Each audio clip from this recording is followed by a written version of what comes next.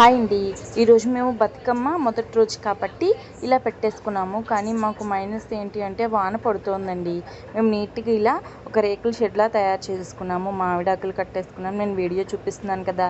ఆ విధంగా మేమైతే బతుకమ్మ అంటే ఆ చెట్టుని నాటటానికి ఇవన్నీ పెట్టేసుకున్నాము. అయితే చెట్టు తీసుకురావటానికి అని చెప్పేసి ఒక ఆవిడ వెళ్ళారు.